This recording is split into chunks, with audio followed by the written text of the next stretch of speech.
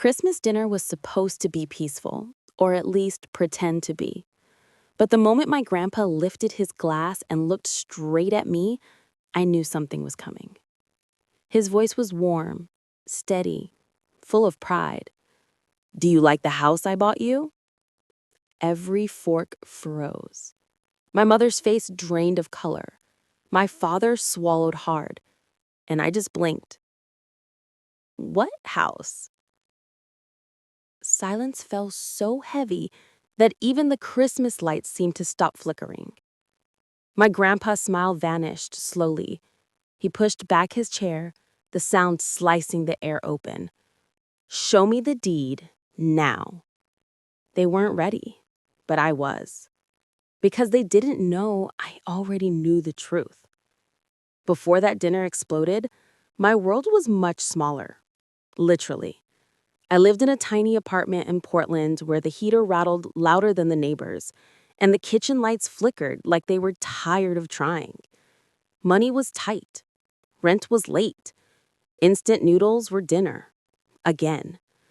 Meanwhile, my parents were posting ski trips, wine tastings, and new car selfies under captions like, "Work hard, play harder." And every December, my mom sent messages that always began sweet and ended sharp. "Hope you're doing okay. You should learn to manage money like an adult." Silence was easier than replying. Silence kept the peace in a family where my feelings were always too much, and theirs were the only ones that mattered. The only person who ever treated me differently was my grandpa, Edward Brooks. He didn't talk loudly. He didn't brag. He didn't pretend. He was steady, a man whose word meant something. When I was 22, he told me, "Someday, I'll make sure you have a place of your own." I thought he meant advice, not an actual house. One week before Christmas, he called me. His voice sounded excited, almost boyish. "This year," he said, "I have a special gift for you." I laughed it off. "Grandpa, you don't have to get me anything." He chuckled. "Oh, it's already done." I had no idea that sentence was about to tear everything open. It happened on a Tuesday afternoon. I was looking for a client invoice when a strange email appeared at the top of my inbox. "Congratulations on the successful sale of the Pacific Lane property." At first, I thought it was spam. Then I recognized the street. Pacific Lane. My grandpa once mentioned houses there, said they had good sunlight and quiet mornings. My chest tightened. Why was I getting this? I called my mom casually. "Hey, weird question. Did Grandpa ever buy a house on Pacific Lane?" There was a long pause, longer than normal. Then she spoke in that airy, fake calm voice she uses when lying. "Oh, that? No, nothing came of it. The market crashed, remember?" "I only asked because I got this email." She cut me off fast. "Honey, don't open emails that aren't yours. You overthink too much." Click. She hung up. Her calm wasn't calm. It was fear. My hands were shaking as I Googled the realtor's office from the email. The next morning, I called pretending to be a buyer. "Hi, I'm interested in past sales on Pacific Lane." The agent was cheerful and open. "Oh yes, that property sold 3 years ago. Lovely place." I swallowed.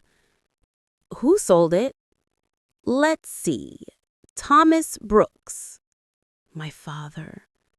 The world tilted. They sold something that was supposed to be mine before I even knew it existed. I didn't cry. I didn't scream. My breath just got cold. 3 days later, I walked into Grandpa's office pretending to drop off his gift early. His assistant, Sarah, greeted me with a soft smile and a look in her eyes I couldn't read. "I just wanted to leave this for him," I said. She hesitated, then lowered her voice. He thought you'd already moved in. My heart stumbled. Moved? Where? She looked around and quietly pulled a folder from her drawer. Inside, the original deed, my name printed on it, and behind it, the sale agreement. Signed by my father. He bought it for you 2 years ago, she whispered. He thinks you live there. My hands went numb. I wasn't angry, not yet. I was hollow. I left the office with the folder pressed against my chest like a wound. Sometimes pain doesn't turn into screaming. Sometimes it turns into a plan. The next morning, I met with Mark Steele, my grandpa's attorney. I told him enough for his jaw to tighten. Are you trying to protect him or expose them? He asked. I'm trying to protect both. He nodded. I'll be there. The snow outside felt cleaner than the truth I carried. Christmas night arrived heavy with warmth and tension. The table was beautiful. Crystal glasses, gold-plated cutlery, candles flickering like they were afraid of the dark. My parents talked loudly about investments and vacations. Their confidence was rehearsed, brittle. Grandpa kept smiling at me like he was proud, like he believed the world still made sense. It hurt to look at him. I answered his small talk carefully.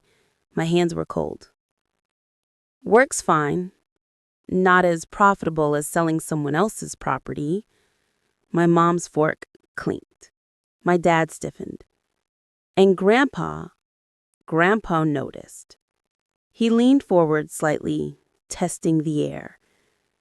Do you like the house I bought you? The room shattered. Mom's wine glass slipped, red spilling across the white tablecloth like guilt made visible. Dad said my name like a warning.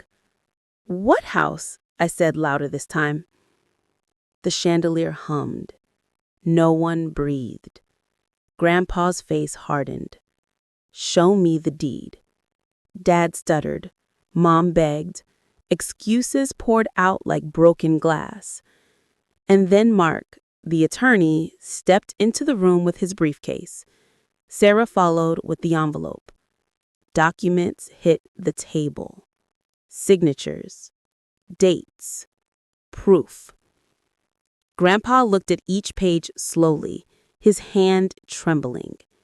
You sold her house, the house I bought for her future, he whispered. Dad tried. She wasn't ready. Ready for what? To stop needing you? Mom reached for me, crying, We did it for you. No, I said, stepping back. You did it for yourselves. Grandpa stood, his chair scraped across the floor like thunder. From this day on, he said quietly, you do not speak for her again. He reached into his vest pocket and pulled out a velvet pouch. Inside was a silver key. It was always meant to be yours. He placed it in my hand, and I broke, quietly. Dad shouted something about family. Grandpa didn't flinch. You're her parents, but you're not my family anymore. It was the cleanest cut I ever seen. The next morning, my parents were gone. No goodbye. Just tired tracks in the snow. Grandpa found me in the sunroom with a cold cup of coffee. I redid the papers last night, he said. The house is yours, officially. I didn't feel victorious. I felt lighter. Like I stopped losing something I never knew I was losing. Justice doesn't always shout, he said softly. Sometimes it just stands up.